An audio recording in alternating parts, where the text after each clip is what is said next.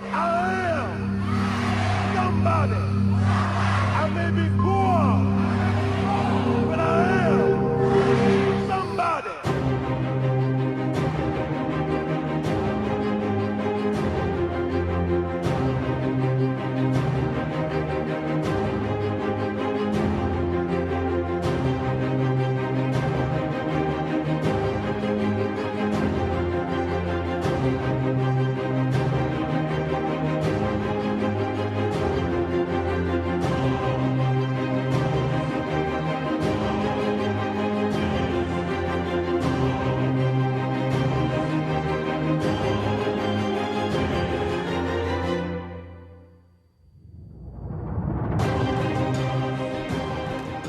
Welcome to the Saturday Morning Community Freedom Forum. Each and every week, we're excited to bring you another broadcast of information, inspiration, and engagement. We want to engage you in the movement for social change.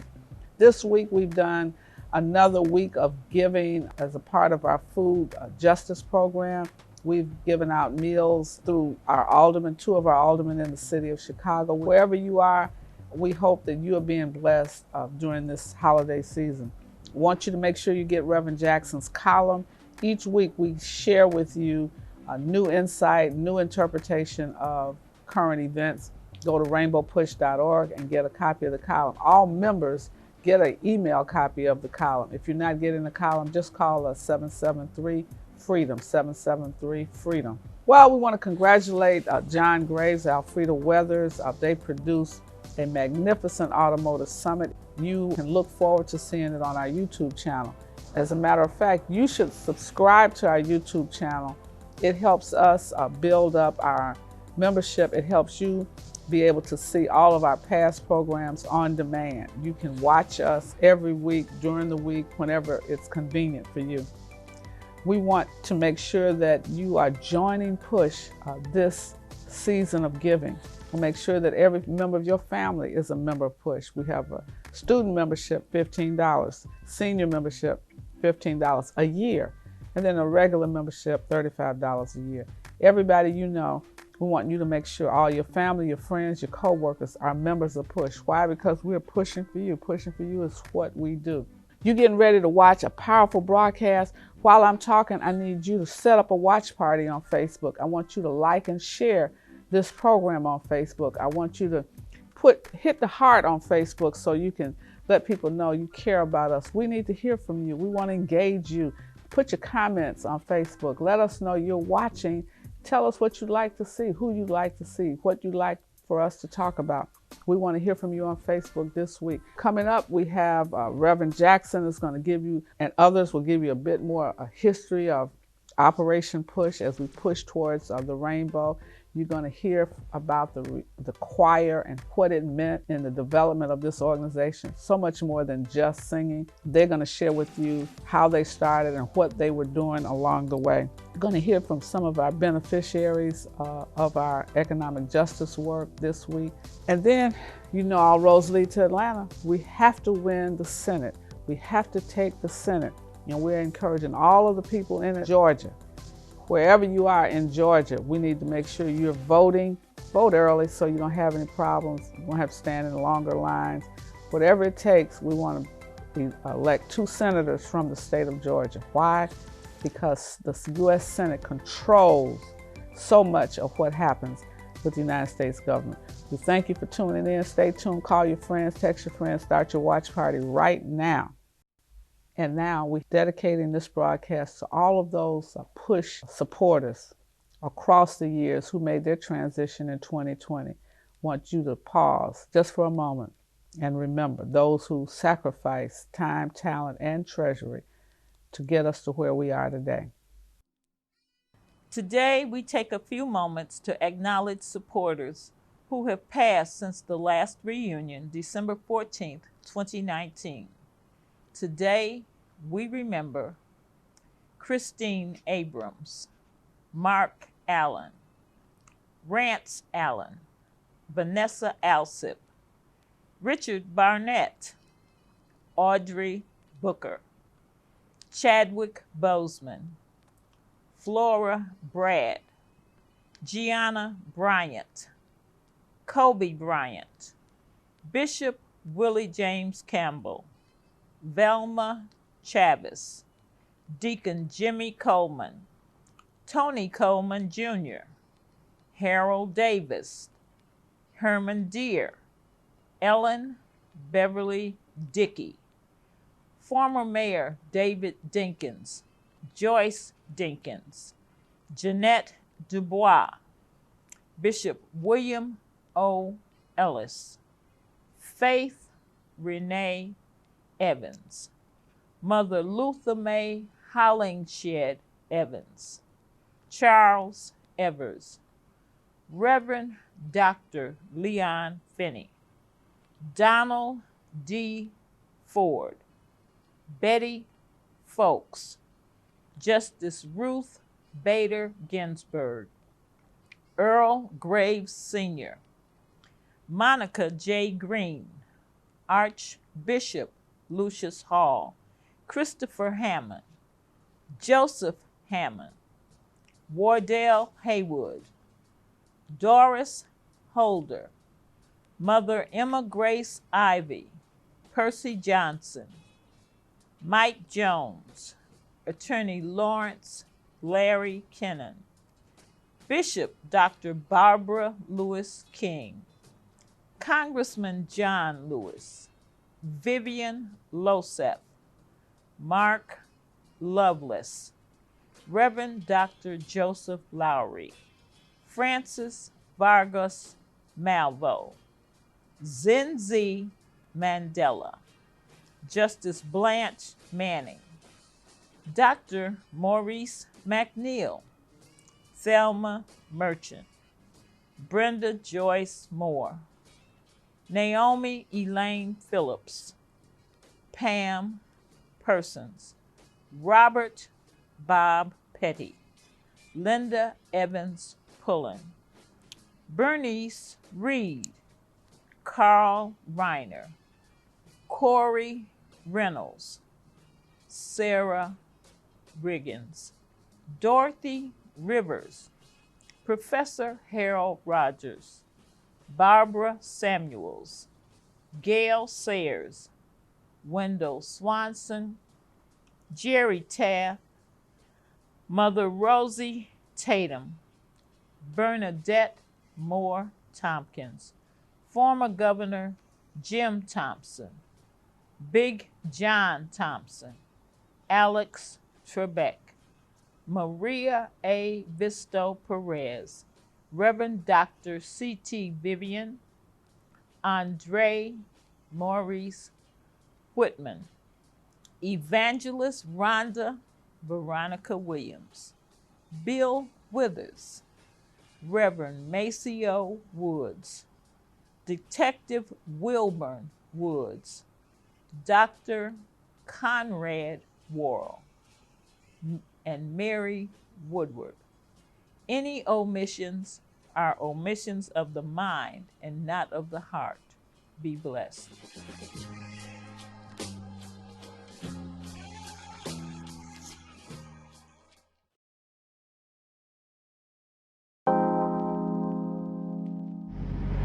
What we are doing is providing some nourishing food baskets to help families in need.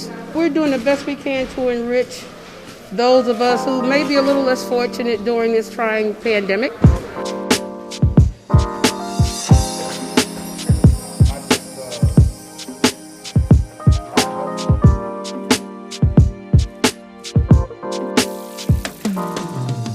Phi Beta Sigma, we're all about service, so we feel that it's important for us to come out and help our community. So whenever Operation Push calls on us or asks for our help, we are always willing to assist.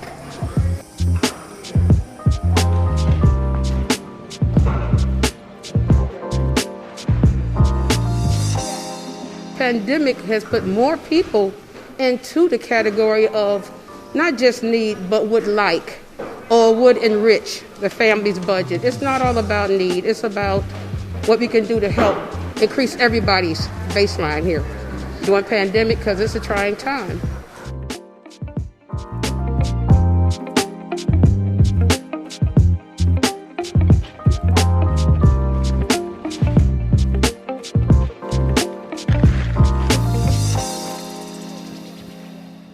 here with the support of Reverend Jesse Jackson of Rainbow Push Coalition to give out food. We're really happy that he's made the provision for us to be able to do this today. Well, I think, based on what's going on with COVID-19 and the pandemic, I think a lot of people are out of work. A lot of people don't have the wherewithal to get or receive food. So I think that, for individuals that are able to help and to assist, it's of great importance to, help those in need. So that's why we're here. And we always get a joy out of helping out. Well, the pandemic has hit everybody hard. Lots of people aren't working. We've been giving food away, for the last couple of months, and we've seen the need increase, and especially around the holiday season when, there's more pressure on people to provide for the family. We're just excited about our ability to be able to give back to the community.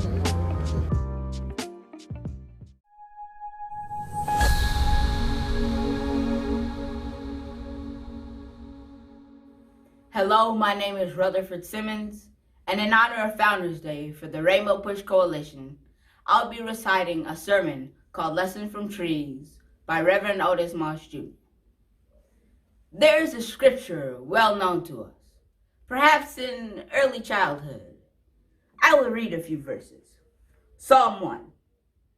Happy are those who do not follow the advice of the wicked, or take the path that sinners tread, or sits in the seat of scoffers.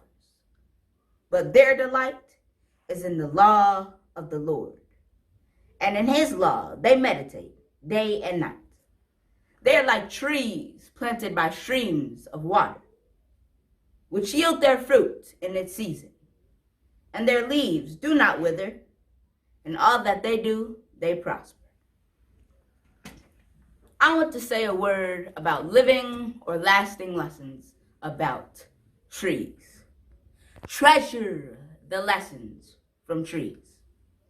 Look at your neighbor and smile, and say to your neighbor, my friend, you are a tree. You are a miracle. You must be a learning tree. You must be a bearing tree. You must be a living tree. You must be a healing tree. Amen. Now, if you don't remember anything else, that's what I came here to say. Every tree speaks. Trees teach charm, supply, generate, bless, inspire, and beautify. We shall all be like a tree. Trees decorate. They decorate the world. They fill and fulfill. They fill and fulfill global needs. How long could we last in a totally treeless world? Every tree is a miracle. Trees do not hold grudges, even when they are ignored, sometimes and often unappreciated. But they still continue to produce, inspire, and beautify. Now, you shall be like a tree. Thank you. Hello, friends. This is Pastor Joseph Bryant Jr. I am the Executive Director of the Rainbow Push Coalition, Silicon Valley Bay Area, and also the West Coast Regional Director for Reverend Jesse Lewis Jackson. It is my privilege to come to you during this very critical time of year, during the holidays, end of the year, and this has been a very challenging year for all of us. Obviously, 2020 will be a year that none of us will ever soon forget, and we are praying for God to continue to grant us grace and favor to not only survive the rest of this year, but go into next year with the best of intentions and hope for a better day. That being said, we want to invite all of you to join us this Monday evening at 6:00 p.m. Pacific time. We are doing a Keep Hope Alive town hall event with the faith leaders of San Francisco. We want every pastor, associate ministers, leaders, deacons, elders, missionaries, evangelists. If you consider yourself a leader in the kingdom of God, we want to welcome you and invite you to join us along with Reverend Jackson and our phenomenal mayor of San Francisco, the Honorable Mayor London Breed of the city and county of San Francisco will be with us as well. We're going to be talking with you about the resources that are available in our city, the support that is available. We'll have members of various city departments, agencies, Department of Health, to be able to provide information about testing and other things that you can do to help keep yourself safe, as well as prepare for the days ahead. We have information about the technology programs that we provide to help you stay relevant and connected to your members, be able to communicate easily or to do live streaming, any type of things that you need in and around technology. We want to provide that information to you. If you're looking to have service outside, because for many of you, you're not able to have, we're not able to have worship right now due to our sheltering in place, but even in the days ahead, if we go back to having small gatherings, some of you may choose to worship outside. And so we're going to have those departments on the town hall this coming Monday evening. You can join us and get the information directly, and they will walk you through the process of being able to get your permit to have outdoor service, even if you want to do something outdoors for Christmas. And so we invite you to join us. If you need more information, you can go to our Connected Churches website or send us an email at info@connectedchurches.org. We are thankful because Reverend Jackson's vision was that we would have connection among our churches. It's part of the vision he has for 1,000 churches around the country to have ways to access resources for the faith community. Faith Tech Connected Churches is doing just that. We've been doing it for several years, and obviously right now it's so necessary. We want to make sure that you're able to communicate with your members, have your Sunday school classes online, Zoom, having Zoom as your Bible study, live stream for your services, and administratively helping you with anything you may need, even training your seniors on how to email, their doctors and get messages to people they need to communicate with. So join us this Monday evening. We're grateful to be in collaboration with the San Francisco Faith-Based Coalition, and we're going to have this wonderful Keep Hope Alive event with Reverend Jesse Jackson, Mayor London Breed, and you. We'll see you there. Good morning. We are in the midst of a major drive to get more members, more people engaged and involved in Rainbow Push, supporting the programs of Push for Excellence and the Citizenship Education Fund. If you're interested in public policy and you want to help change the policies that impact those incarcerated, change the policies that impact students attending colleges and universities, if you want to be a policymaker, then you need to join Rainbow Push and join by paying your $35 right now. Some of you watch us every week. You listen to us on the radio. You're viewing us in social media. We need you to become a member. It's only $35 a year. If you believe in the scholarships that we give to thousands of students each and every year, we've awarded more than $10 million to scholars year to date. What do you have to do to give and support Push? It's really very simple. You can go to rainbowpush.org if you're on a computer and press donate. Give any amount. Every dollar is important. You want to talk to somebody, call us at 773-256-2775. You can give right now, any denomination that you choose. You can text the word PUSH, P-U-S-H, to 41444. Text the word on your cell phone. Most of you have a cell phone. Just text PUSH, P-U-S-H, to 41444, and you can give any amount that you feel comfortable giving. Or call us 773-256-2775, or go to rainbowpush.org and just press donate. Wherever you are, you can support us as we keep pushing for you.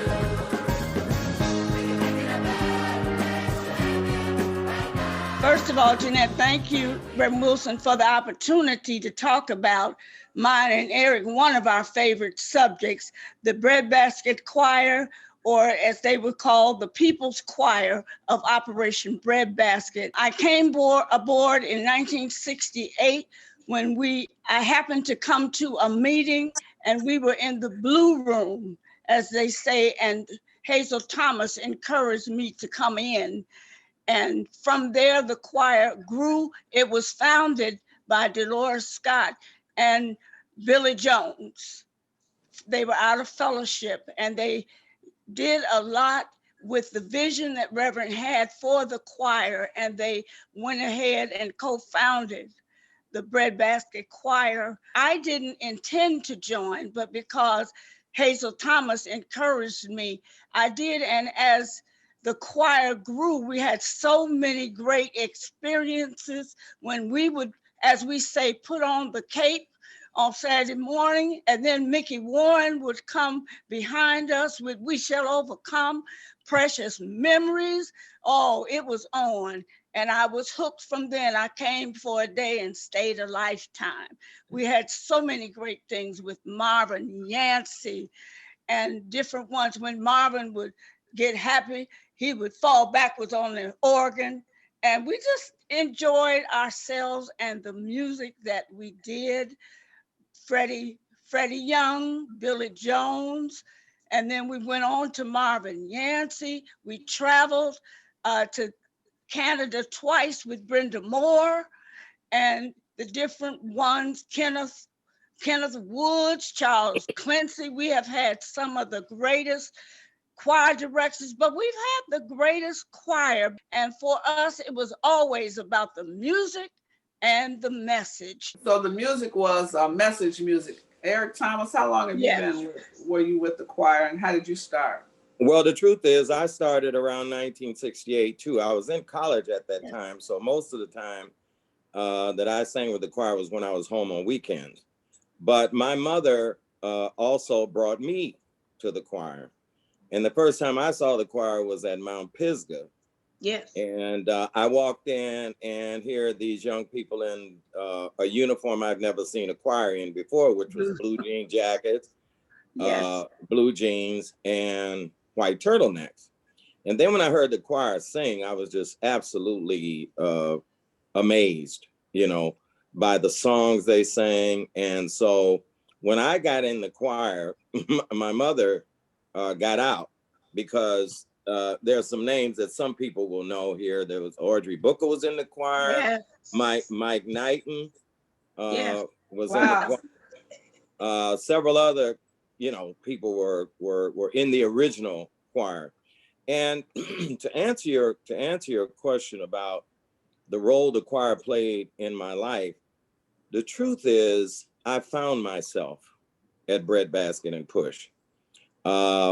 I began to grow as a person. You know, I developed friendships, and the truth is the movement was a way of life.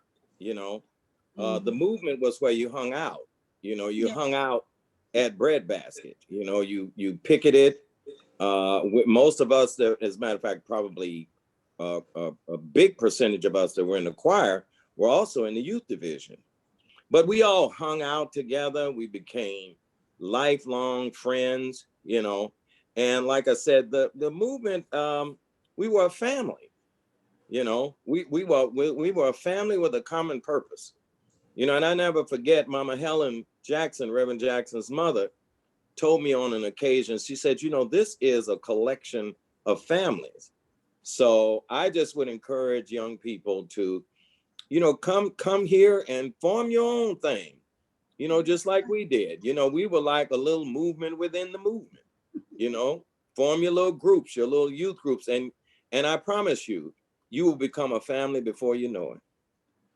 And I want to leave with our audience and certainly share with them the fact that we can still change things. We are very important. The young people especially have to know that their role is very valuable, that there is a history in terms of us getting the right to vote, and they can be an integral part of whatever we do to keep ourselves hopeful, helpful, keep ourselves up and joyful about things, because the young people, especially even in my area, we have a lot of young people and they are constantly watching.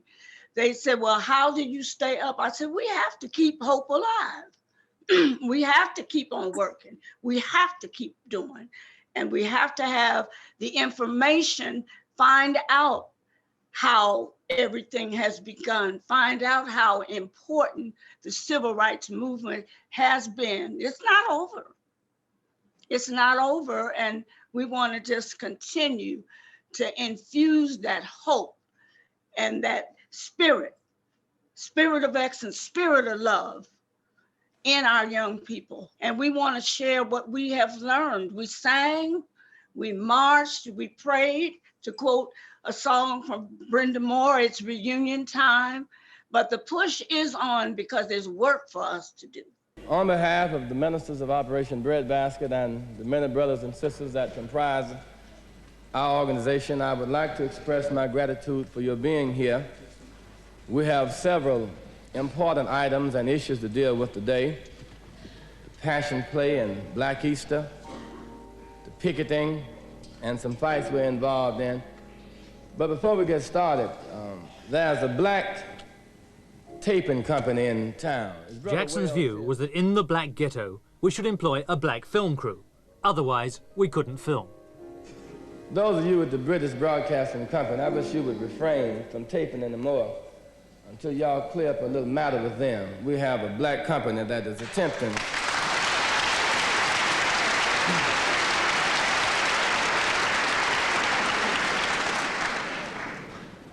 I think y'all ought to have the privilege to tape, but it must be up on the base of respecting black people. That's what this meeting, this particular meeting, is all about.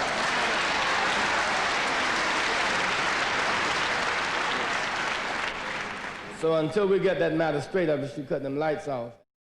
Hi, I'm Ramin Hartman, and today we're at Rainbow Push, and we're having conversations with Reverend Jesse Jackson, and we're going to be talking to businessmen today, Mr. Eddie Ford and Mr. Caldwell, and we're going to be talking about the work that Reverend Jackson has done for 56 years, not just social justice, but today we're going to focus on commerce. We're going to talk about the economics of Rainbow Push. We had a business arm of Breadbasket. We went from the commercial division to the trade bureau, and we focused on business enterprise for inclusion and diversity. One of the most underestimated parts of black life is black business. Black life is black business. The largest employer of blacks in Chicago are the blacks. Black business people. Yeah, you had the restaurants and the cleaners and the barbecue places and church and all that. We have more black than anybody, most second chance people. Now, we came here economic as producers of labor. Labor was our wages. The consumers, we decided to turn the consumer strength into economic leverage. Every product in the store, 15,000 to 20,000 products, in our community we have a large profit on. So we get a boycott. Margin of profit. But yeah, and what you find out as you get deeper is how creative we are. Mr. Eddie Ford is a jeweler. Fine jeweler. Diamonds, sapphires, rubies. Could do all that. But he's on TV, you know, like say Reeves are. Mr. Caldwell is a tailor and on cleaners. And when we got started in the 60s, there were no blacks in Chicago who would be checkout clerks at the grocery store. So your Senator, who was his godfather, trained blacks to be checkout clerks. Set the pace for the country. So in some sense, Breadbasket was about saying, give us a chance economically we can grow. Now, with the fourth stage of our struggle, lastly, slavery's first stage, Jim Crow second stage, third stage, right to vote. Fourth stage, last stage, the capital. Industry, technology, deal flow. John Johnson built Johnson Publishing downtown. He wanted to build a 30-story building. He wanted the money to build on Mission Avenue. They had cash. Herman Russell in Atlanta, he was on a couple of bank boards. In Atlanta. They wouldn't let the money, so they had to build a 6-story building on the property overlooking the city. So the designers, white people can get more on an idea than we get on collateral. There's a corner that's 1,000 cars pass every day, and I think we should build a store, build whatever. And the bank said, all right, let's put the home and property and everything so we can get the loan. So access to capital is a big phase of our circle. We learn how to maneuver the vote now. We're voting like never before. Remember, the dollar and the vote go hand in hand. So, Eddie Ford, you are a very unique businessman. You are a jeweler and have been since you were a teen.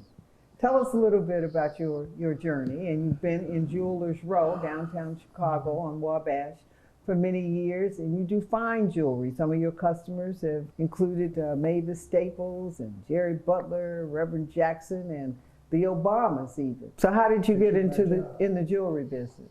A man came up to me, and he was a jeweler. I'm shining shoes because I was working with my father part-time every other day after school. I would go downtown to Olympic Health Club and shine shoes, mop floors, and do all of these, the menial things.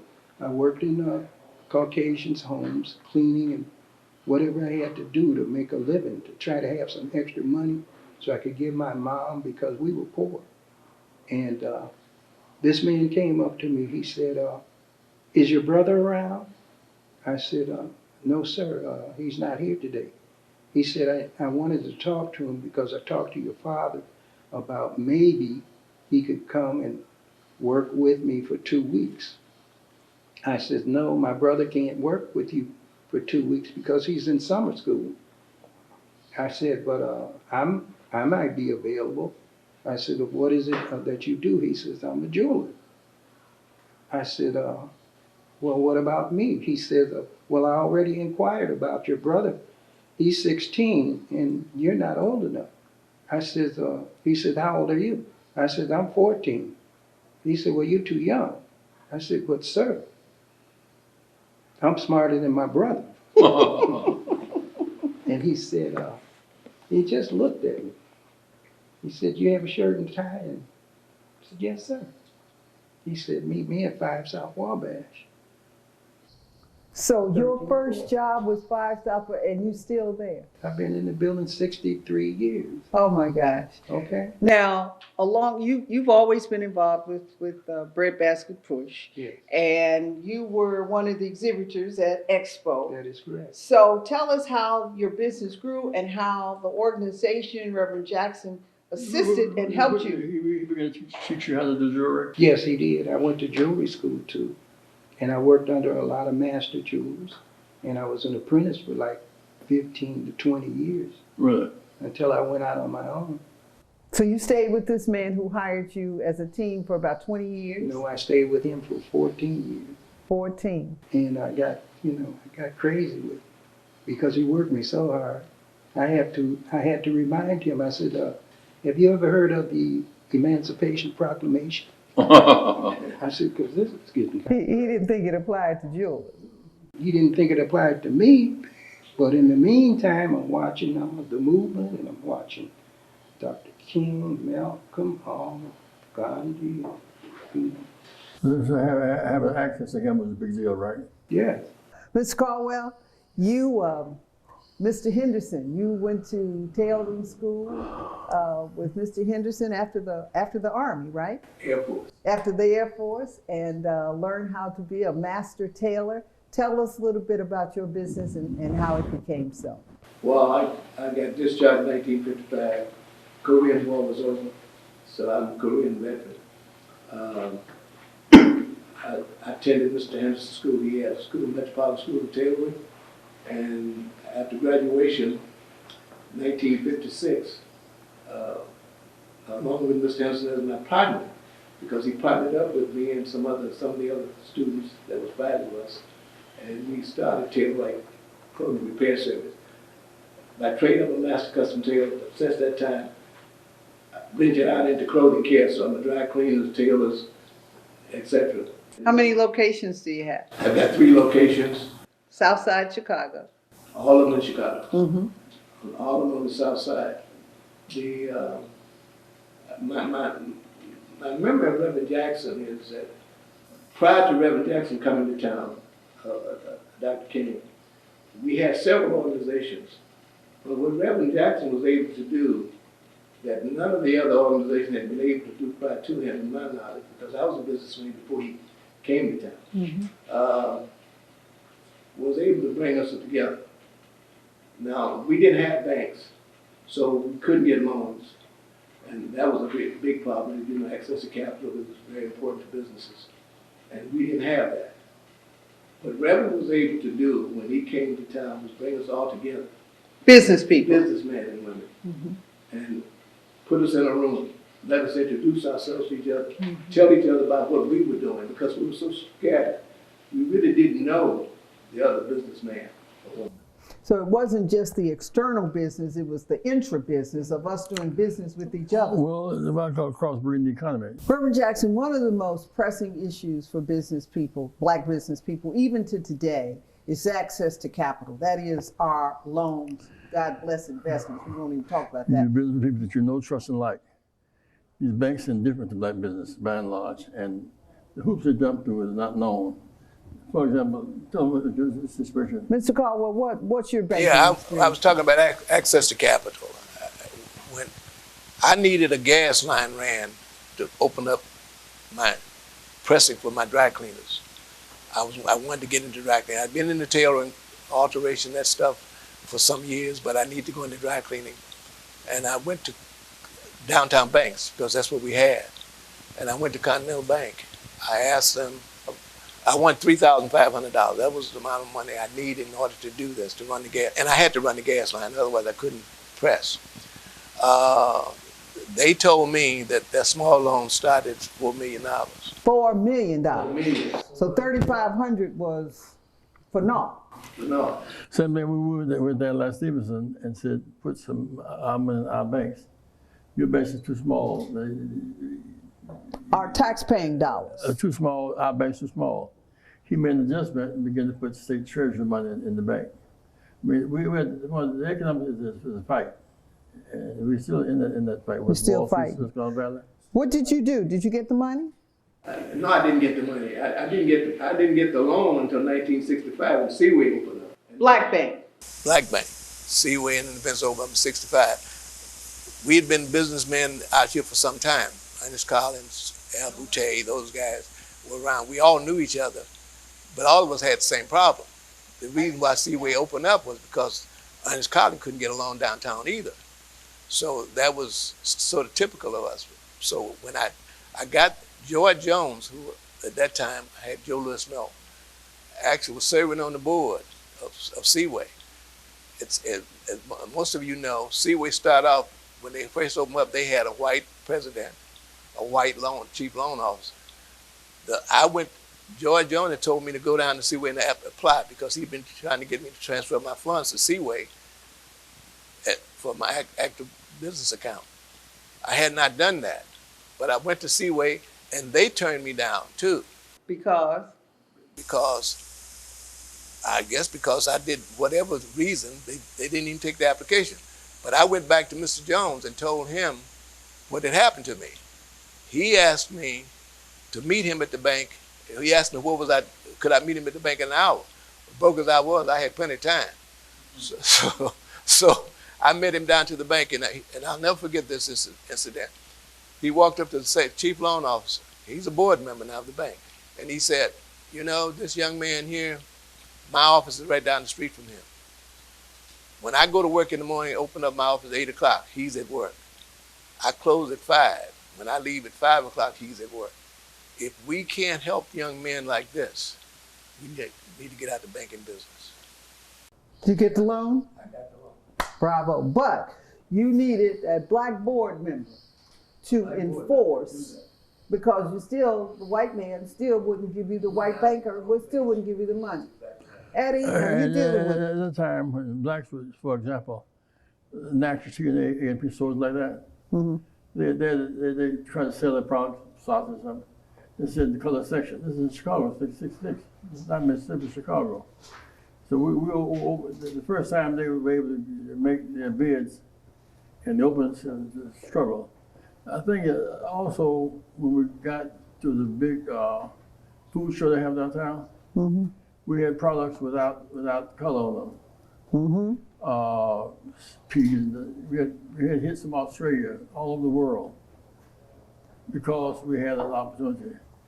Excess means a lot. Excess means more. We don't have the talent that we have opportunity. Talent, we can do anything. Eddie, now you're dealing with precious stones, you're dealing with diamonds, you're dealing with gold. What's your experience been with the banks? Well, first of all, my story is a wonderful story because I started my business with $600, and I couldn't get any help from any bank because they told me I picked the wrong profession. There's no black jewelers, blah blah blah. And I also tried to get this office in the Mallers building, and he told me they didn't rent to black people. But as you can see, I'm the oldest tenant in that building now. Okay? So I got that done. But I made money. I made money when I joined up with Reverend Jackson, and I listened to him. And I invested in Black Expo, and I made more money in Black Expo. I didn't have to go to a bank to get any money. That was your because money. it gave me a jump start. But also, gentlemen, and I was a kid, and I was everybody's secretary. But here's what the business meetings on Saturday did. They were lessons. They were classes. They were classes from Reverend Jackson on philosophy and even theology. But for us to be able to talk to each other about your experience, it wasn't Eddie couldn't get along. It wasn't Mr. Caldwell couldn't get along.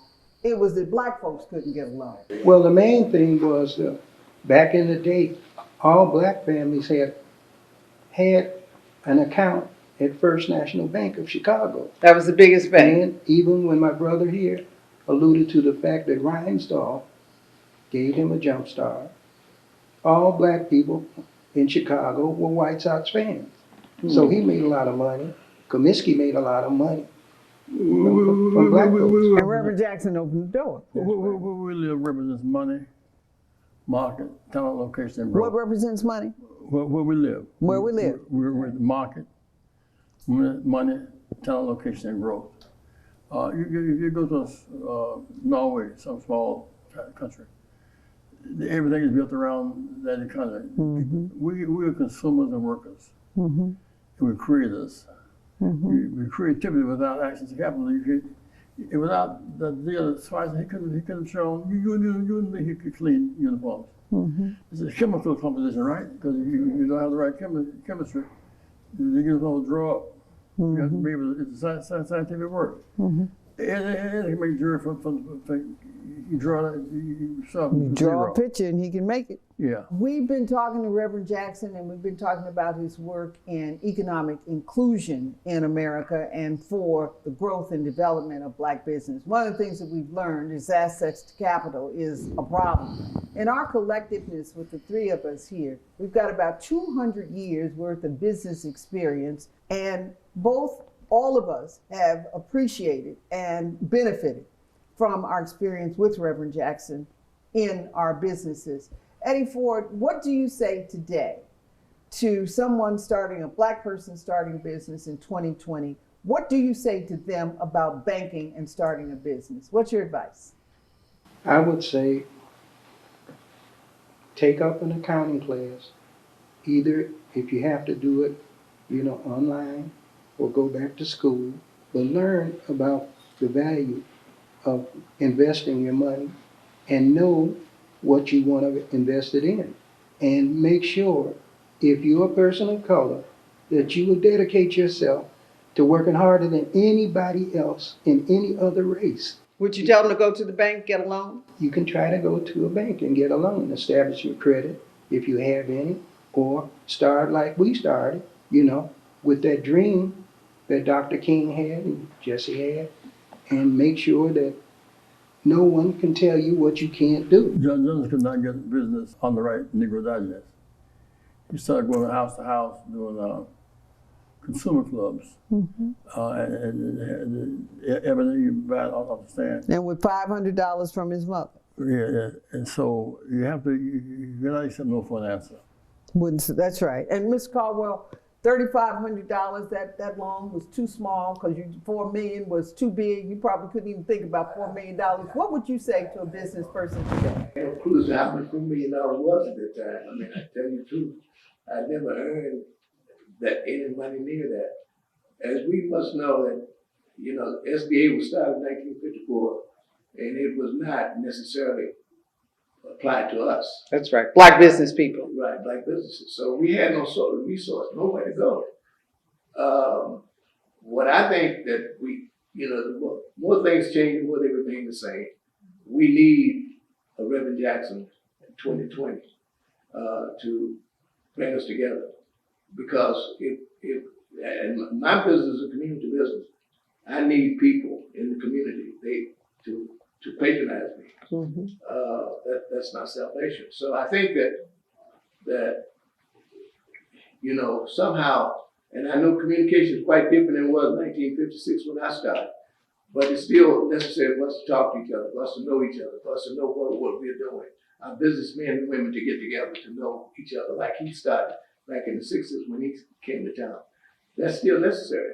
I think we're becoming more fragmented like we were before. I really think black businesses today, especially middle black business, like you got this high-end business, you know, individualized. Small businesses run this country. I think, well, I want people now to join the Trade Bureau. We'll revive a consumer federation education. Mm-hmm. If you take a push card to Mr. Call, you get 10% off. At the cleaners? Yeah. So Did Eddie give you 10% off too? Yeah. With your jewelry? Yeah. Yeah. Eddie. All of my jewelry is discounted because I tell people never confuse price with value. See, so I save people money. And another thing about me, I started with nothing, and I still got some of that left. Well, I think we want people to join the Trade Bureau. If you're watching today, join the Trade Bureau, and a lot of these issues can be discussed and even solved. Yeah, because if you're in Kansas City or St. Louis, you still can crossbreed, trade with each other. Mm-hmm. If we do that, then we can make it. Because we can grow ourselves. Because there's growth internally as well as externally. Thank you for watching, being with us, Conversations with Reverend Jackson, and talking to business people who have benefited and experienced growth and development from being members of the Trade Bureau. And you should too. Thank you, Reverend Jackson, for all the work you've done. You gonna shake my hand? Yeah, thank you, Irma. Okay. When I think of Rainbow Push, I think of two words: social justice. Education advocacy. Political empowerment. Freedom and equality. Global humanitarian.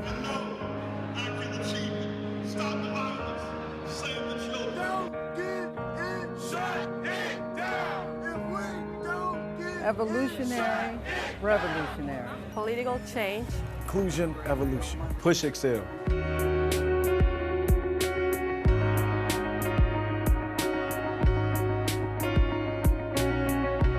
Progress, justice. Jesse Jackson.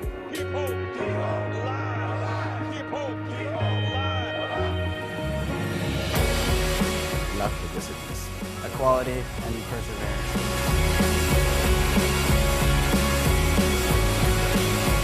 Workforce partnership. People united. Push yes.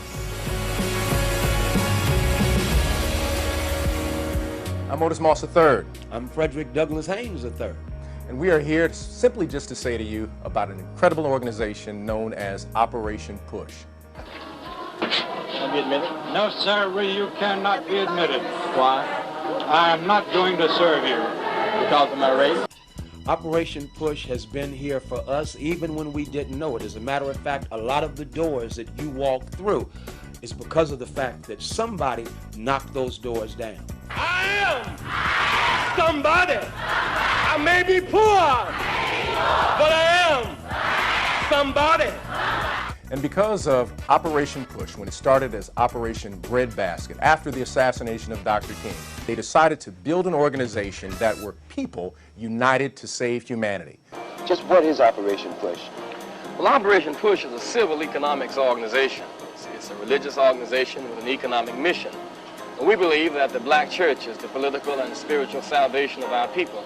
And it is to that extent that we challenge churches and churchmen to get involved. And so we are simply asking those who have been blessed by PUSH to join the movement. That's right. And if you do that, I promise you, you are blessing the next generation. And that's what we need, generationally, to bless those who come behind us, just as those before us made sure that we could have what we have.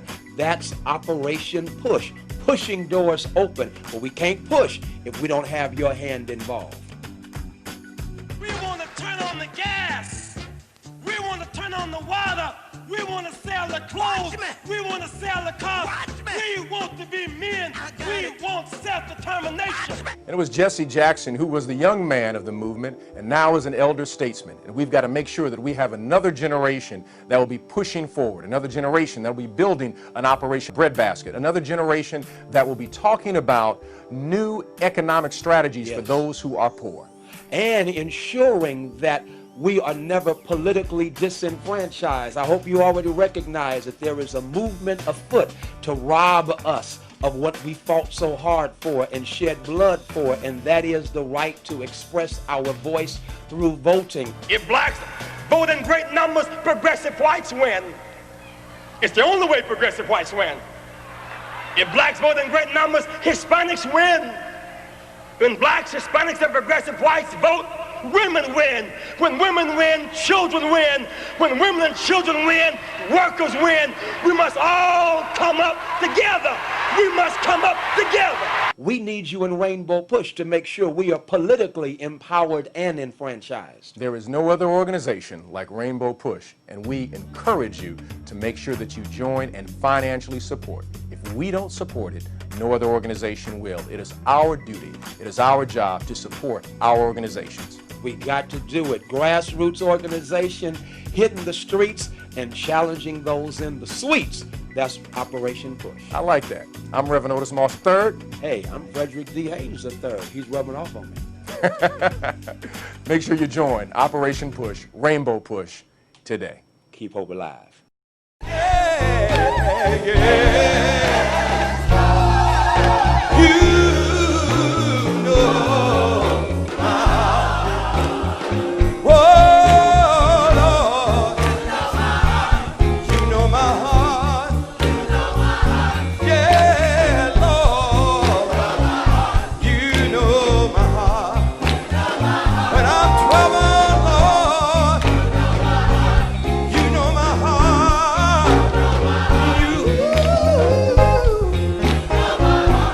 know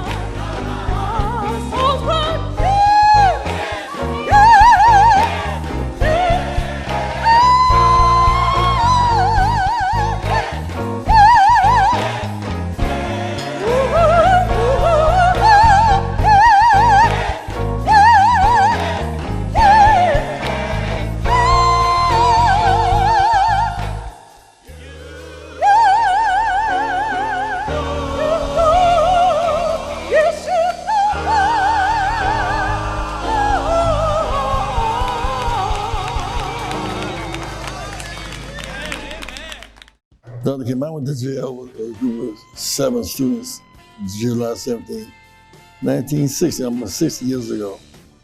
We never stopped moving. I lost a few of jail cells and death. We never stopped moving. I thought it was time to write some of it down so the older generation can learn how we did, and what we did, and how global it was. Whether speaking about Mandela in South Africa, India, Qatar, Gandhi in India, here at home. This book tells the story, so please get it and give it to your friends. Read it, let's argue about it, let's discuss it. Yep, so the book is Keeping Hope Alive, Sermons and Speeches of Reverend Jesse Jackson Sr. It's quite a good collection. You know, we've got sermons and speeches from around the globe because you have made such a global impact, not just here in the US, but around the world. Thank you for tuning in to our International Saturday morning broadcast. We need your support. Here are ways to give to Rainbow Push Coalition. Text PUSH, P-U-S-H, to 41444 to support the work of Reverend Jesse Jackson Sr. and Rainbow Push Coalition. When you shop, Amazon gives. Visit Amazon Smile and select Push for Excellence as your charitable organization by starting your shopping at smile.amazon.com. Hi, I'm Todd Yeary here outside Dr. King's workshop, the Rainbow Push headquarters, where people of goodwill from all walks and all places gather as comrades in the movement for justice and equality. Social justice movements have been birthed in the imaginations of people in places just like this. You can be a part of this justice movement too. Join Rainbow Push as we fight for justice in the 21st century. Go to rainbowpush.org or dial 773-FREEDOM and remember, keep hope alive. Get involved with the movement.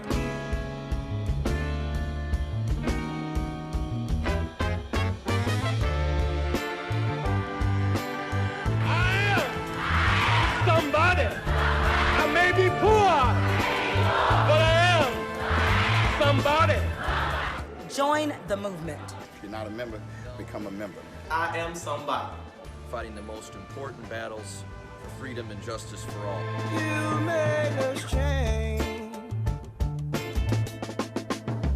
Oh, trying to bring closer. Join Rainbow Push. But you're not pushing me away. Join